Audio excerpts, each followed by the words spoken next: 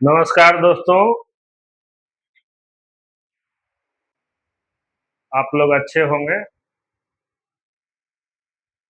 सच्चा ब्रह्मचारी कौन है, उस पे आज बात करेंगे। अधिकांश लोग मानते हैं कि ब्रह्मचर्य का अर्थ केवल अविवाहित रहना या शारीरिक संबंधों का पूर्ण त्याग करना है। यही कारण है कि अनेक गृहस्थी सोच कर साधना से दूर रहते हैं कि आध्यात्मिक जीवन अपनाने के लिए उन्हें पारिवारिक जीवन छोड़ना पड़ेगा। वास्तव में यह धारणा अधूरी और भ्रामक है। ब्रह्मचर्य का वास्तविक अर्थ है मन की प्रवृत्तियों को अंतर्मुखी बनाकर उसे पूर्णतः ब्रह्म की ओर प्रभावित करना। जब मन बाहरी विषयों, इंद्रियां और सुखों और भौतिक आकर्षणों में उलझा रहता है, तब तक वह अपने वास्तविक स्वरूप को भूल जाता है। लेकिन जब वही मन सोच चेतना की ओर मुड़ता है, तब ब्रह्मा के निकट पहुंचने लगता है।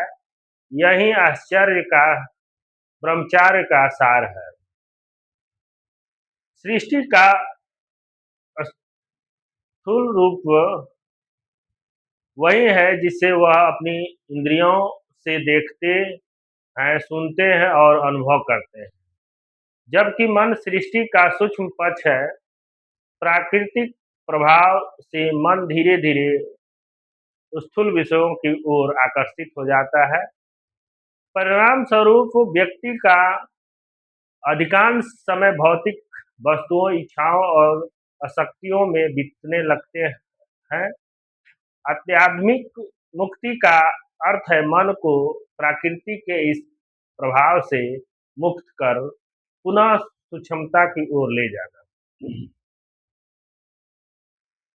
ब्रह्मा स्वयं अत्यंत सूक्ष्म है, इसलिए जो मन केवल स्थूल विषयों में डूबा रहता है, वह ब्रह्मा का अनुभव नहीं कर सकता। जब साधना के माध्यम से मन का आकर्षक स्थूल से हटकर सूक्ष्म की ओर होने लगता है, तब वह धीरे धीरे ब्रह्मा में लीन होने लगता है। यही अवस्था वास्तविक ब्रह्मचर्य है।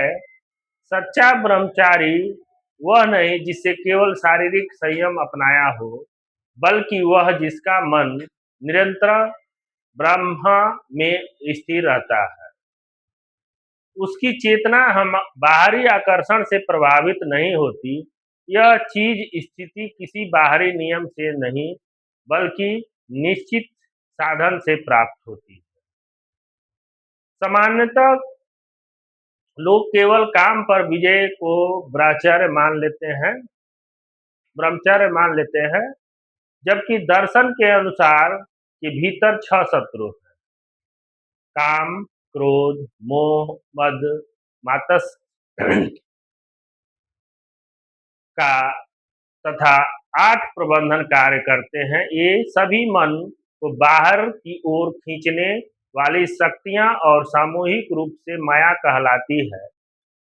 केवल काम पर नियंत्रण कर लेने से ब्रह्मचर्य की पूर्ण अवस्था प्राप्त नहीं होती है। जब तक मन इन सभी बंधनों से मुक्त नहीं होता, तब तक वह ब्रह्मचर्य नहीं हो सकता। इन गहरी मानसिक प्रबंधों पर विजय केवल संकल्प या दमन से संभव नहीं है। इसके लिए नियमित साधना आवश्यक है। जो लोग साधना के बिना केवल बाहरी नियमों या कठोर व्रतों के माध्यम से ब्रह्मचर्य प्राप्त करना चाहते हैं, मेरे वास्तविक लक्ष्य से दूर रह जाते हैं।